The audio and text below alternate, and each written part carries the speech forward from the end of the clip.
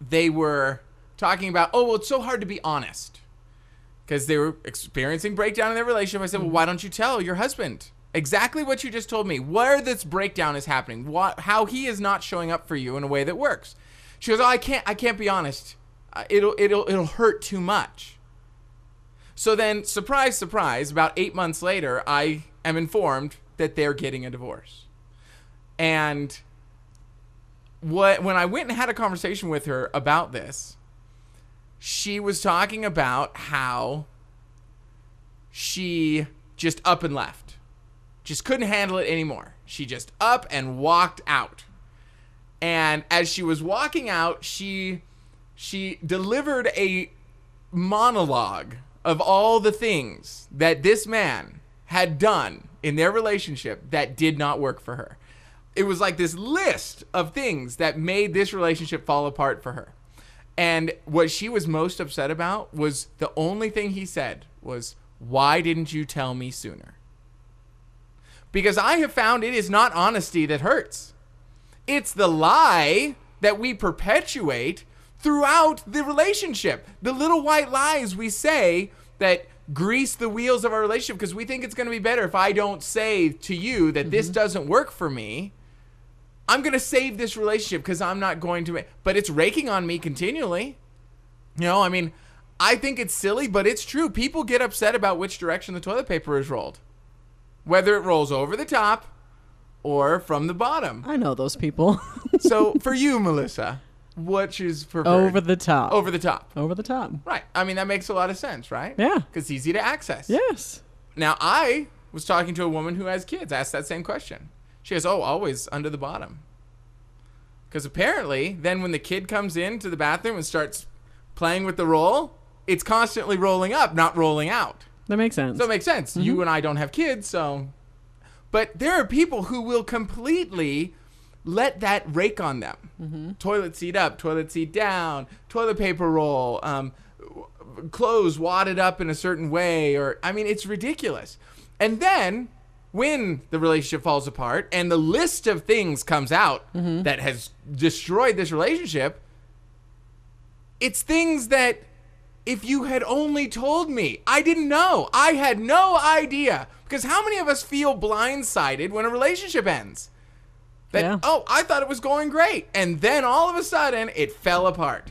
No, it doesn't all of a sudden fall apart. It does not. We have something to do with creating it. We either tell the lies that destroy it, we tell the stories, we live the excuses, but whatever it is, we each individually are accountable for the breakdown in the relationships, but equally we are accountable for the success of our relationships.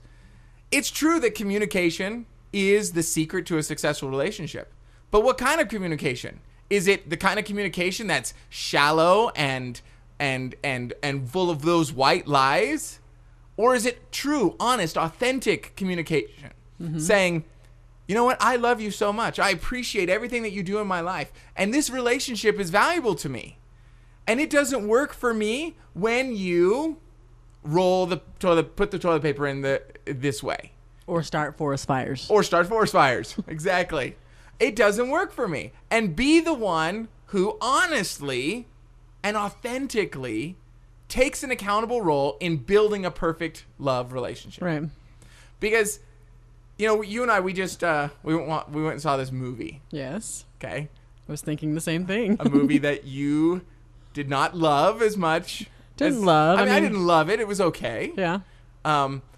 It was the movie Funny People. Yeah. With Adam Sandler. Went on forever.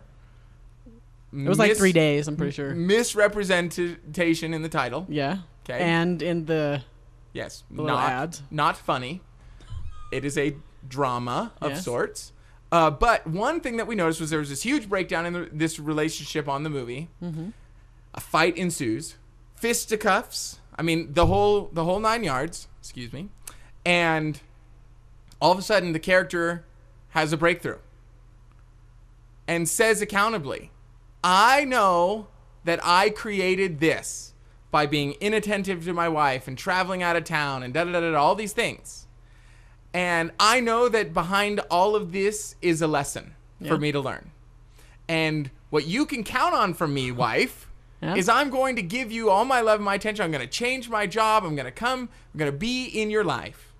And instantly, the violence stopped. The confrontation was over because coming from an accountable space of how I created this, not how you created it, how the breakdown is because you did this and you did that and you didn't do this and you didn't do that. It's always about me. So as I was looking at these 3 breakdowns in relationships, I was wondering how far would this person have to go back in time to see where they started this process. Mm-hmm. And this is where the fires come in. Yep. California fires. Because my experience, like I said, is that those fires, the predominant majority of them are started by people who are just unconscious.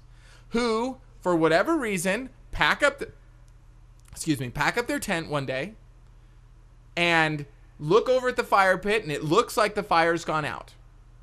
Okay? And they walk out.